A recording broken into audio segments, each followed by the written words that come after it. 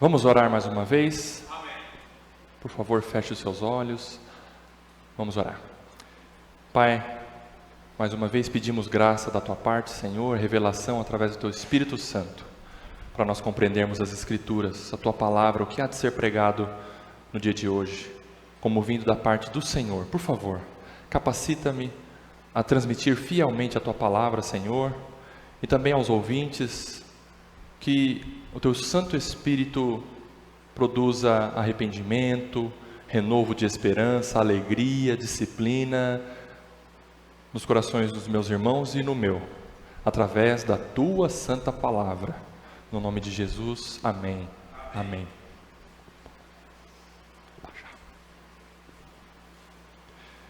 O maior exemplo de humildade e serviço. Capítulo 13 do Evangelho segundo o apóstolo João, por favor. Vamos, com a permissão do Senhor, fazer a exposição do versículo 2 até o versículo 20. João 13, de 2 a 20. E a explicação dos versos, ela será à medida em que a gente caminha na leitura do trecho, tá bom? Vamos caminhando na leitura e eu vou expondo e explicando as partes dessa perícope. Eu tenho dito nos últimos sermões no Evangelho de João, que Jesus ele está aqui em suas últimas horas de vida antes da crucificação. Faltam poucas horas, eu diria que na madrugada posterior a esse evento que nós vamos ver, Jesus será capturado, será interrogado, será julgado perante Pilatos, será crucificado e morrerá, por assim dizer, amanhã, na hora nona, às 3 horas da tarde. E então, Jesus ele aproveita para remir o tempo, esse tempo restante antes de sua morte, e nesse tempo, ele passa as últimas instruções para os seus discípulos. Agora ele está em sua audiência, aquela audiência mais próxima. Agora ele instrui, ele ensina os seus discípulos, os 12 que estão ali próximos dele, em comunhão. E saibam que a partir desses homens, exceto um, vocês sabem quem é, eles vão impactar o mundo com as convicções cristocêntricas e a fé inabalável que Jesus vai produzir no coração dos seus 11 discípulos, depois, posteriormente, mais um, e depois mais um. Homens que viraram o mundo de cabeça para baixo, com suas convicções cristocêntricas e fé inabalável. O momento aqui então é um jantar, é a ceia. Versículo 2, durante a ceia. Esta é a última ceia que o Senhor vai participar com seus discípulos antes de sua morte. Mas eu preciso ajudar você a tirar da sua mente a imagem que muitos têm com relação à Santa Ceia, baseado no quadro de Leonardo da Vinci. O quadro de Leonardo da Vinci retrata a Santa Ceia como se fosse uma selfie tirada, de Jesus e os seus discípulos. Vem cá, todo mundo do lado de cada mesa, vamos tirar uma foto. Não foi bem assim. É bem verdade que a obra é bela, ela foi muito bem produzida, mas não retrata a realidade desse acontecimento aqui, da Santa Ceia, tá bom? No cenáculo, eles estão no cenáculo. O cenáculo é uma espécie de um salãozão bem grande como esse, que era utilizado para refeições ou para dormitório, tá? No cenáculo estava preparada a ceia, então, para que Jesus e seus discípulos iniciassem a celebração da Páscoa. E as ceias, ou os jantares especiais, eles eram servidos numa mesa chamada triclinium. Essa imagem que a Rayane acabou de entregar para você. Triclinium, do latim. É uma mesa bem baixa, em formato de U. Ao redor da mesa, os que iriam participar da refeição, eles sentavam em volta da mesa em almofadas bem grandonas, em travesseiros bem grandes. O tronco dos que se sentavam em torno da triclinium era voltado para a mesa, assim como os braços também. As pernas e os pés ficavam para fora da mesa. Imagina a mesa baixa, eles então sentavam nessas almofadas em volta da triclinium, com o tronco voltado para a mesa e os pés para fora da mesa, tá? Já perceberam, já imaginaram a cena, né? Nós estamos dentro do cenáculo, vendo tudo isso. Versículo 2 então: durante a ceia, tendo já o diabo posto no coração de Judas Iscariotes, filho de Simão, que traísse Jesus. Esse versículo é um versículo que traz muitos ensinamentos, só que eu vou pedir licença para você, para não expor esse versículo hoje, porque será objeto de estudo da próxima exposição, se o Senhor permitir, no capítulo 13 mesmo, que nós vamos ver do versículo 21 ao 30, com relação a Judas Iscariotes e a atuação do diabo no mundo, tá bom? Esse versículo 2, o restante aí: tendo já o diabo posto no coração de Judas Iscariotes, filho de Simão, que traísse Jesus, nós vamos ver na próxima exposição, juntamente com os versículos 21 a 30, ok? Versículo 3, sabendo este quem? Perceba o contexto aí. Tendo já o diabo posto no coração de Judas Iscariotes, filho de Simão, que traísse Jesus, sabendo Jesus, sabendo que o Pai tudo confiara às suas mãos, e que ele viera de Deus, e voltava para Deus. Vocês perceberam o poder destas palavras do versículo 3? O Pai, Deus, confiou ou deu algumas coisas às mãos de Jesus. O Pai Deus deu algumas coisas grandiosas às mãos de Jesus? Não. O Pai confiou todas as coisas e passou para as mãos do seu Filho Jesus. Tudo está nas mãos de Jesus. Como Abraham Kuyper fala, né? Não há 1 centímetro quadrado deste universo em que Jesus não reivindique e não diga: é meu. Não somente as coisas materiais, mas absolutamente tudo, inclusive as sobrenaturais, a sua alma, sua vida, tudo é do Senhor. Tudo o Pai confiou às mãos do Filho. Jesus sabia que ele tinha todo o poder, toda a autoridade, todo o universo, toda a existência, inclusive sobrenatural, em suas mãos, e ele sabia disso. Igreja, contemple a alteza do seu Senhor nesta manhã. O nosso Senhor é grandioso, o nosso Senhor é soberano, nosso Senhor Jesus Cristo cuida de cada detalhe do universo, tanto do macro quanto do micro. Absolutamente tudo está nas mãos do nosso Senhor Jesus Cristo. Ele sabia que o Pai deu tudo para ele, e estando em suas mãos, ele tem todo o controle absoluto de tudo.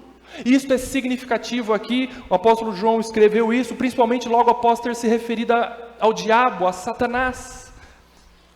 Jesus tem poder inclusive sobre um dos nossos maiores inimigos, Satanás. Satanás não é uma pedra no sapato de Jesus.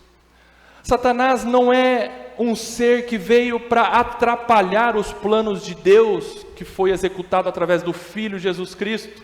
Satanás é servo. Tudo está nas mãos do nosso Senhor. O diabo, achando que tinha vencido Jesus, ao astuciosamente participar desse processo de traição que culminou na cruz, por causa deste absoluto poder de Cristo, ele poderia com uma só palavra colocar legiões de anjos para destruir tudo, para acabar com tudo, como ele mesmo disse para Pedro: calma, Pedro, eu poderia mandar uma legião de anjos e acabar com tudo. Mas Jesus não fez isso. Por quê? Porque Jesus usou toda essa autoridade e poder que o Pai confiou em suas mãos para se entregar e se sacrificar em benefício e resgate daqueles que Ele decidiu salvar. Amém. Aleluia. Satanás não é um Deus concorrente. Só há um Deus, Jesus Cristo, o nosso Senhor. Amém. Com isso, sabendo, tendo ciência de todo esse poder, Jesus poderia dar uma carteirada. Jesus poderia dizer para os seus discípulos assim, sabendo Jesus que o Pai confiara às suas mãos tudo, e que ele viera de Deus e voltava para Deus, ele poderia muito bem se dirigir aos seus discípulos e falar assim, vocês sabem com quem vocês estão lidando? Estou no final do meu ministério. Vocês perceberam com quem que vocês estão lidando? Eu sou Deus, gente, me respeitem. Ao contrário dos padrões do mundo, uma lição encenada, sendo Deus e tendo tudo em suas mãos, ele se humilhou para servir. É impressionante o caráter do nosso Senhor Jesus, humilde, tendo tudo em suas mãos, ele se humilhou naquele momento. Versículo 4, levantou-se da ceia, tirou a vestimenta de cima, tomando uma toalha, cingiu-a com ela. Versículo 5, depois deitou água em uma bacia e passou a lavar os pés dos seus discípulos e enxugar-lhes com a toalha que estava cingido. Igreja, este serviço de lavar os pés era feito quando uma pessoa chegava, uma visita chegava numa casa ou no próprio cenáculo, onde tinha servos ali, após caminhada, com os pés empoeirados, com os pés embarrados, com os pés suados, com suor. Então, lavava-se os pés numa bacia para poder sentar à mesa para uma refeição. Agora vocês imaginem, vocês estão com aí uma imagem, uma ilustração a respeito da triclinium. Então eles sentavam para a refeição e um ficava com o pé perto do corpo do outro, né? Os pés, como hoje, ficam embaixo da mesa. Se o meu pé está sujo lá na sua casa, se você me chamar para almoçar, você não vai perceber, a não ser que eu tire o sapato. Mas fica embaixo da mesa. Mas aqui na triclinium, eles sentavam e os pés ficavam próximo do outro. Por isso esse serviço de lavar os pés para a refeição, em volta dessa mesa em formato de U. E este serviço, ele era feito por um servo, e não somente um servo, mas o servo menor, o menor servo, o insignificante serviçal da casa ou do cenáculo, o escravo. Tinha lá o utensílio, a bacia e a toalha já preparada para lavar os pés. Mas quem fazia isso? O escravo, o último dos últimos dos servos. Agora imagine a cena. Jesus se levanta no meio do jantar, tira uma espécie de túnica, de casaco, ele coloca a toalha na cintura, ele vai mais adiante, pega a bacia, põe água dentro e começa a lavar os pés dos discípulos, um por um, discípulo por discípulo. Aquele que o Pai confiou tudo em suas mãos.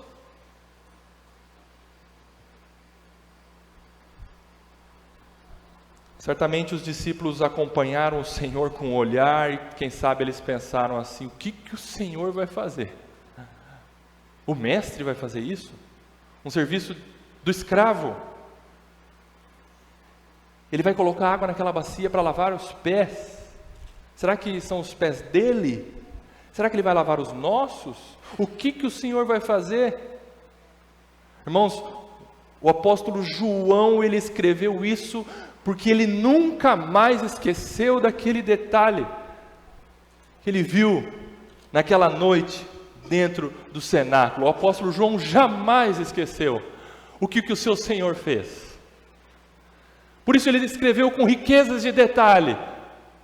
Após aproximadamente 30 ou 40 anos desse acontecido, João escreveu: eu vi o Senhor tirando a roupa, ele levantou, não falou nada, pegou a bacia, deitou água dentro, e cingiu com uma toalha e passou a lavar os nossos pés. Foi inacreditável. O serviço de um servo, do mais insignificante servo, o nosso Senhor fez? Jesus abaixando-se e lavando os pés dos discípulos. Jesus poderia ter mandado um servo pegar a bacia, pegar a toalha e lavar os pés dos seus discípulos, inclusive os seus pés. Mas ele se humilha, ele faz o serviço do servo mais baixo, mais insignificante. Igreja, Deus é assim. Deus se abaixa para servir o seu povo. Deus não é obrigado a servir você nem a mim. Deus nos serviu por propiciação, encarnando-se, como o apóstolo Paulo fala em Filipenses 2, ele se humilhou e se esvaziou, assumindo a forma de servo, para se entregar.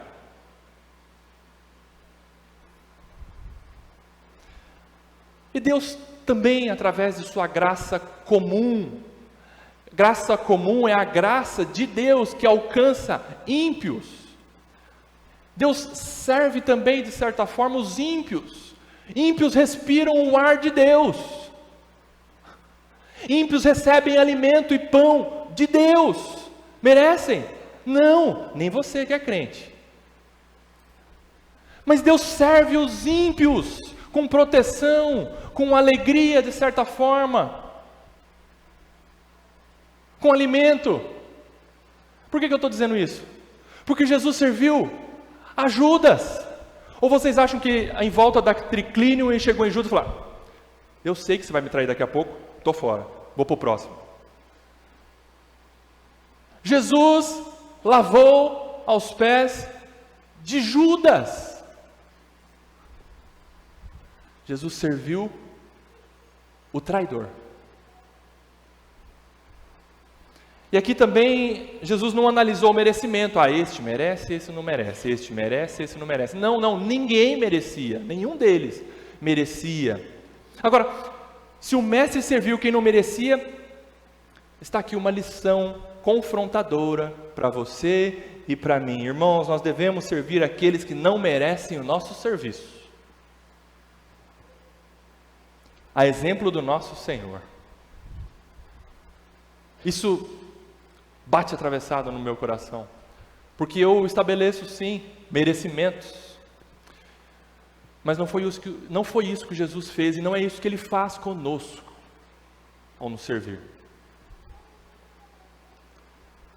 Agora, dos versículos 6 ao 11, parece que o apóstolo João ele abre um parênteses na sua escrita aqui, porque ele tinha lembrado de algo que aconteceu ali naquele momento, que chamou muito a atenção dele, nessa prática de humildade de Jesus. O que chamou a atenção de João? A reação de Pedro.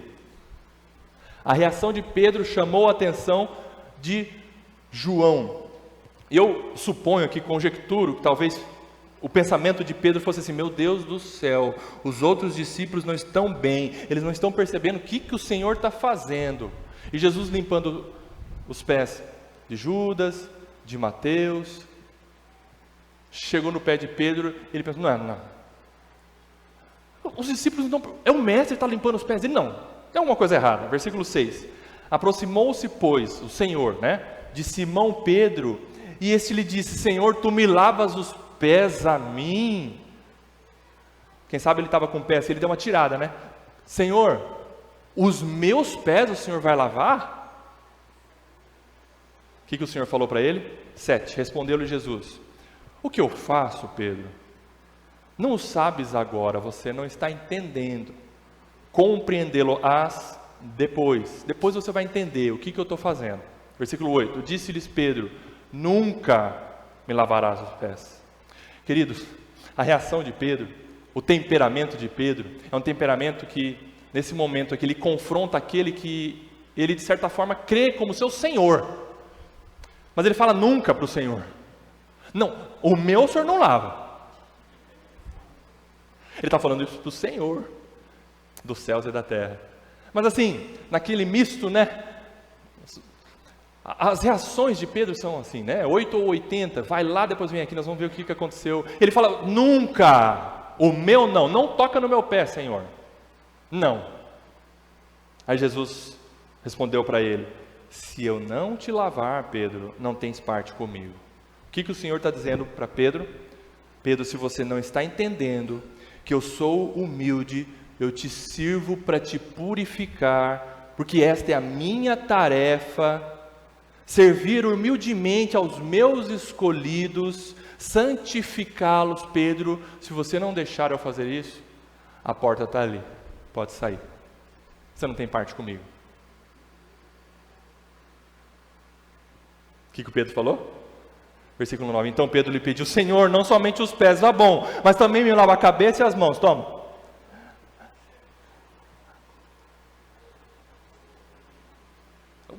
Dá um banho, Senhor, joga água em mim. Tenho parte contigo, jamais quero me apartar do Senhor. Não, eu sou do Senhor, então me lava todo.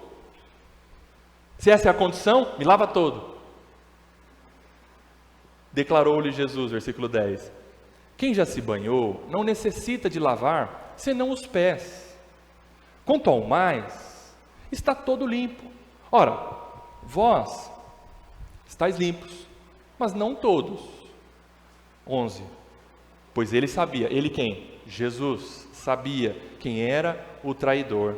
Foi por isso que disse: nem todos estáis limpos. Queridos, Jesus ele mostra aqui uma coisa sendo o banho inicial. O que é o banho inicial? Jesus faz uma analogia especificamente nesse caso de Pedro, nesse acontecimento, nessa reação de Pedro. O banho inicial, o que seria o banho inicial? Seria a regeneração, a salvação, a justificação, a adoção como filhos, o perdão dos pecados de uma vez por todas. Esse é o banho inicial. Você que foi salvo pela graça de Deus, você recebeu o banho inicial.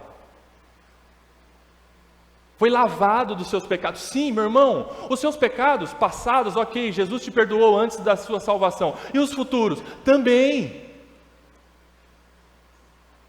Você já recebeu o banho, você foi salvo, foi justificado. Outra coisa é a lavagem contínua. O que é a lavagem contínua? É a purificação, é o processo de santificação. É a lavagem dos nossos pés na caminhada. Na sua caminhada cristã, você suja os pés? Suja. E o que é sujar os pés? Pecar. Pecar. Tem religião por aí, seita por aí, que diz assim: uma vez crendo, recebido a graça, não há mais pecado, né? Não há mais pecado. Não peca mais, nem cita mais a palavra pecado, não, porque você já foi salvo. Não tem mais pecado. Irmão, isso é uma falácia. A palavra de Deus não diz isso. Nós fomos salvos sim, mas ainda sendo salvos, existe dentro de nós, temporariamente, graças a Deus por isso, temporariamente, a natureza pecaminosa, que vez por outra vem, não só no meu coração, mas no seu também, eu acredito que venha, e faz com que a gente peque. E nós precisamos de purificação, nós precisamos de santificação. O apóstolo João, lá em sua primeira carta, capítulo 1 de 1 João, versículo 8 e 9, diz assim, vou ler para você: se dissermos que não temos pecado nenhum, a nós mesmos nos enganamos. Isso aqui é pós-salvação ou antes da salvação? É pós-salvação. Você e eu pecamos. Pós-salvação, pós o banho inicial, aquela lavagem de salvação. Se dissermos que não temos cometido pecado nenhum, a nós mesmos nos enganamos e a verdade não está em nós. Versículo 9, se confessarmos os nossos pecados, Ele é fiel e justo para nos perdoar os pecados. Perdoar o quê? Perdoar aquilo que já foi perdoado e nos purificar de toda injustiça. John Piper ensina o seguinte, presta atenção: mesmo que eu esteja completamente limpo, mesmo que eu tenha sido justificado, mesmo que eu já seja um novo nascido em Cristo Jesus e aceito por Deus, há pecados na minha vida. Esta situação não desfaz a minha justificação, não desfaz eu estar completamente limpo, não desfaz a minha condição de filho do Deus vivo, não me tira a vida eterna, mas estes pecados devem ser tratados e purificados por Deus através da minha confissão. Queridos, eu pequei hoje, Você pecou hoje, através de maus pensamentos, quem sabe, através de reações pecaminosas, e eu diria, porque nós não amamos ainda o Senhor como nós deveríamos amar. Nós devemos nos humilhar e entender que necessitamos de purificação, e esse processo de santificação não se origina da nossa força ou da nossa religiosidade exemplar, mas do serviço humilde do nosso Senhor, através do seu Santo Espírito, nos conduzindo a arrependimento e confissões contínuas de pecado. Esse processo de purificação não foi porque Pedro falou, então o Senhor me lava. Não, é o Senhor que tem a iniciativa. E como que você é purificado? Como que você é santificado? Através da iniciativa do Espírito na sua vida. Você se arrepende não porque você quer, ainda que pareça. Você sim, tem temor no seu coração, fala, Senhor, eu quero me arrepender dessa minha atitude. Mas no fundo, você tem que olhar, dar um passo atrás. Quem faz isso em você? O Espírito. O Espírito é que nos conduz ao arrependimento. Capítulo 2 de Romanos, versículo, eu anotei aqui, versículo 4, olha só. Ou desprezas tu as riquezas de sua benignidade e paciência e longanimidade, não ignorem, Romanos, não ignorem que a bondade de Deus é que te conduz ao arrependimento, é a bondade de Deus que faz você voltar atrás, é a bondade de Deus que faz você parar e pensar, nossa, eu não deveria ter falado aquilo. A condução do arrependimento para a purificação, para o processo de santificação, é através do Espírito Santo de Deus em nós.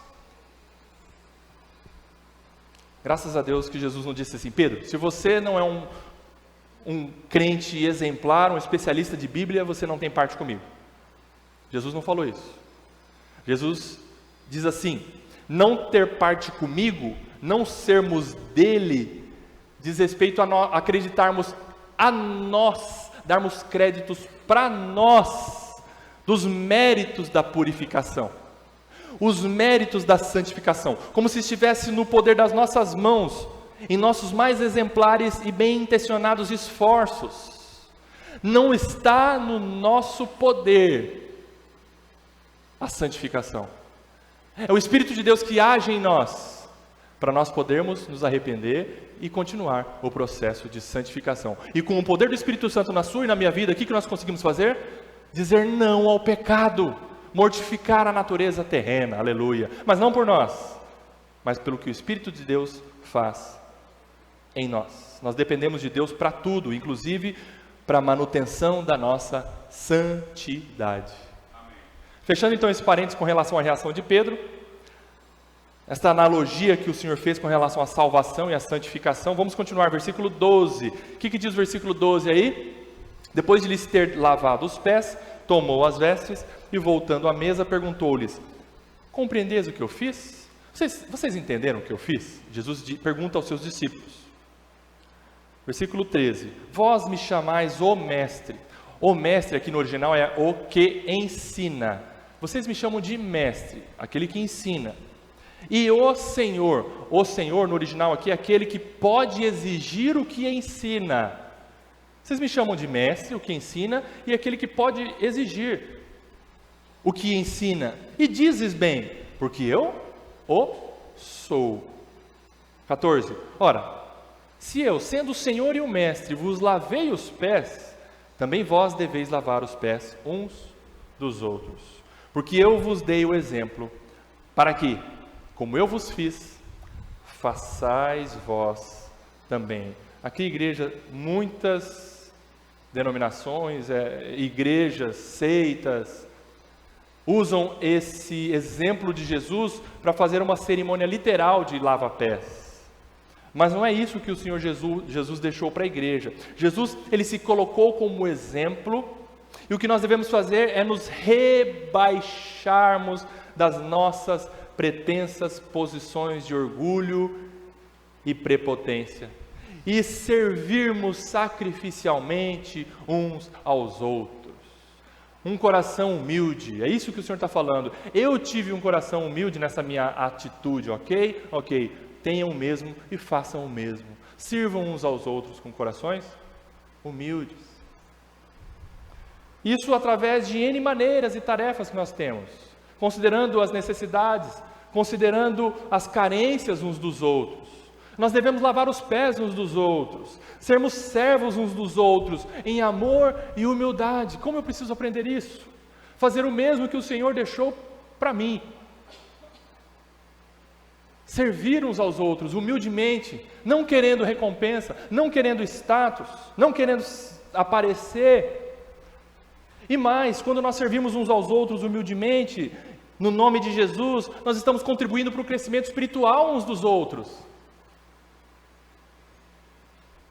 O crescimento espiritual do meu irmão, da minha irmã, quando eu sirvo a ele humildemente. E o meu crescimento espiritual? Nós somos beneficiados, sim, quando nós servirmos, quando nós obedecemos ao nosso Senhor, através dessa ordenança. Mas o foco não é para mim, não é para nós, o foco é para o outro. Aqui você não vai servir para você ser retribuído. É o outro, é o próximo. Jesus continua então com uma afirmação enfática, versículo 16. Em verdade, vos digo que o servo não é maior do que o seu Senhor, nem o enviado maior do que aquele que o enviou. Jesus, sendo Senhor, sabidamente maior do que os seus servos ali, e sendo aquele que envia, aquele que diz, vai, ele mesmo praticou o exemplo de servir humildemente. Se ele fez isso, eu não tenho motivo nenhum de dizer eu sou maior, eu sou melhor, eu sou mais importante do que vocês. Jesus fez isso, aquele que é a alteza, aquele que é Senhor dos senhores, aquele que tem todas as coisas em suas mãos, ele se humilhou e ele se rebaixou. Jesus arremata aqui então o chamado à humildade e ao serviço, fazendo uma distinção entre saber o que fazer e fazer o que se sabe. Perceberam? Uma coisa é saber o que fazer, outra coisa é fazer o que se sabe o que tem que fazer. Olha só o que ele fala no versículo 17. Ora, então ele arremata. Tudo bem, vocês viram o meu exemplo? Ora, se sabeis estas coisas, bem-aventurado sois se as praticardes. Ele não fala assim, vocês são bem-aventurados em saber o que eu fiz.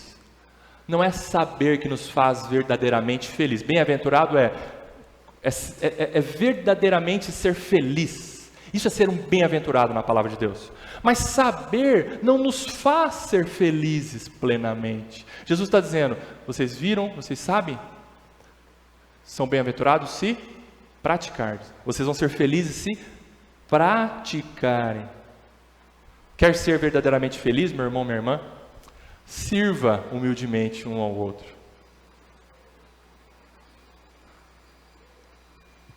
Logo após ele lavar os pés dos discípulos, Jesus ele traz à tona um momento que antecede a manifestação de Satanás na vida de Judas Iscariotes. Veja aí do 18, que aí é um link que João usa para o próximo trecho a respeito da manifestação de Satanás na vida de Judas. Versículo 18.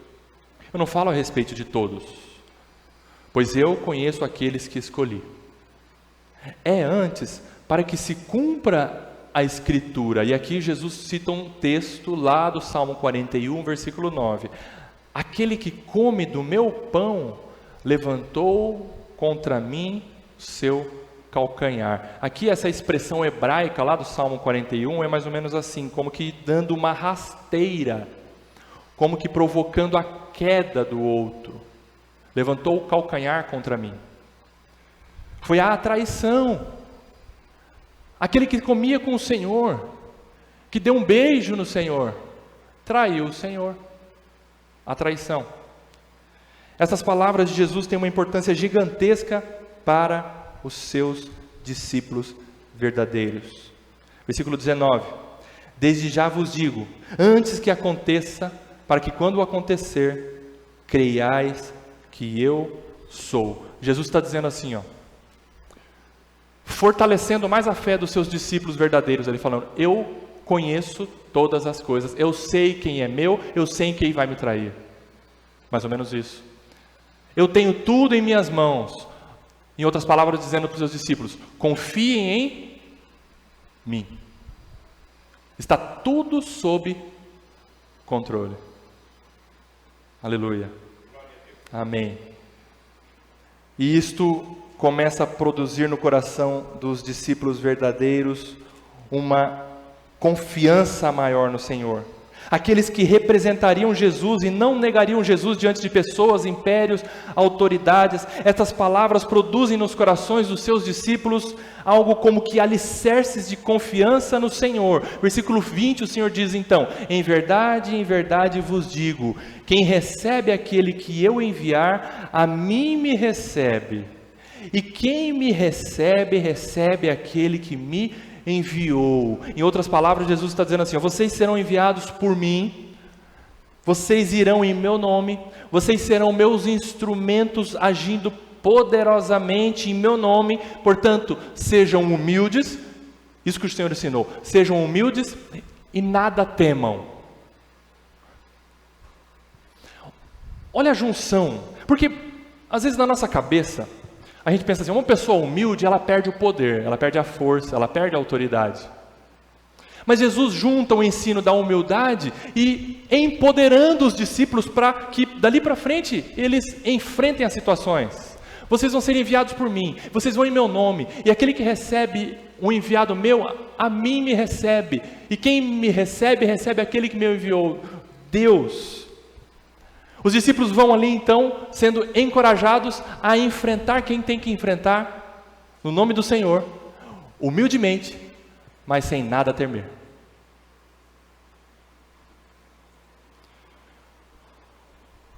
Concluindo o trecho então, o nosso Senhor Jesus nos ensina aqui um maior exemplo de humildade e de serviço. Aquele que tem todas as coisas em suas mãos, aquele que dá a vida, aquele que tira a vida, aquele que é Senhor dos céus e da terra, aquele que com sua palavra ele domina a água, aquele que conta todas as partículas de poeira, aquele que com o sopro destrói montanhas, aquele que tem todo o poder nos céus, na terra e embaixo da terra, ele assumiu a posição de escravo. Ele pegou uma bacia com água e ele lavou os pés empoeirados, sujos, embarrados dos seus discípulos, inclusive do traidor. Jesus se humilhou dessa forma e serviu. Então, queridos, como representantes de Jesus aqui neste mundo, com a atuação, o agir do Espírito Santo no seu e no meu coração, pais, mães, filhos, filhas, empregados, patrões, líderes de igreja, todos nós e quem está nos ouvindo, nós devemos viver como alguém que se rebaixa, que se humilha, que luta contra o pecado do orgulho, que luta contra o pecado da altivez e da soberba, porque esta é uma das maneiras que o Senhor deixou para nós sermos verdadeiramente felizes aqui nessa terra. Se eu não estou sendo verdadeiramente feliz, eu preciso avaliar minha vida de acordo com essa ordenança do Senhor. Não estou servindo um ao outro, eu não estou servindo vocês de forma adequada, com um coração humilde. Eu quero ser verdadeiramente feliz, Senhor, bem-aventurado. Preciso aprender a servir humildemente, ter um coração humilde. E mais, porque o Senhor resiste aos soberbos, mas Ele concede graça aos humildes. Que lição preciosa que o nosso Senhor deixou para mim e para você. Que oremos nesta manhã pedindo para que Ele produza em nossos corações verdadeiramente corações de servos, corações humildes, no nome do Senhor, para sermos representantes dEle aqui nessa terra. Oremos.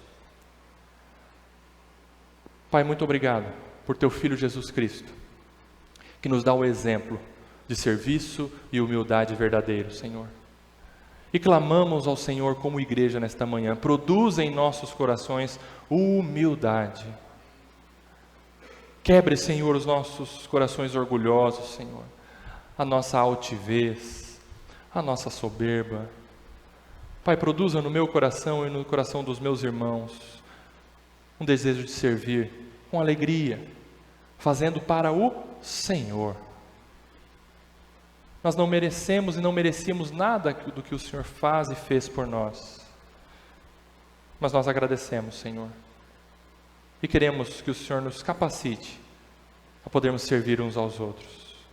Faça isso, continua a tua obra nos nossos corações, de santificação, de purificação. E rogamos também ao Senhor, a respeito daquela alma presente aqui nesta manhã, que não tomou o banho inicial, que não foi salva pelo Senhor ainda, Pai, eu te peço e pedimos ao Senhor, tenha misericórdia e salve esta vida, para que ela manifeste fé em Jesus Cristo, crendo em Jesus Cristo como seu único Senhor e Salvador. Rogamos tudo isso no nome do nosso Redentor que vive, Jesus Cristo. Amém e amém.